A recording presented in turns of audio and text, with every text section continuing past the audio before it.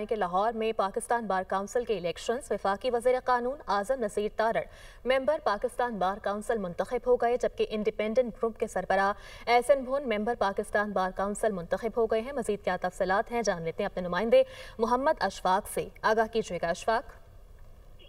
जी बिल्कुल, Pakistan bar council के election में एहसन भून ग्रुप ने क्लीन स्वीप कर दिया है। एहसन भून ग्रुप ने हामिद खान ग्रुप को भारी मार्जिन से शिकस्त दे दी है। पंजाब की 11 नशिस्तों में से 8 नशिस्तों में एहसन भून ग्रुप ने कामयाबी हासिल कर ली है, जिसके मुताबिक वफाकी वज़ीर कानून आज़म Naseer Tarar member Pakistan bar council मुंतखब हो गए हैं। इसी तरह से इंडिपेंडेंट ग्रुप के सरबराह एहसन भून, ताहिर रसूलुल्लाह वड़ाई, आमिर सईद राम, पीर मसूद चिश्ती, साकिब अकरम गोंदल, हफीजुर रहमान चौधरी और Syed Salbe Hasan member Pakistan bar council मुंतखब हो गए हैं।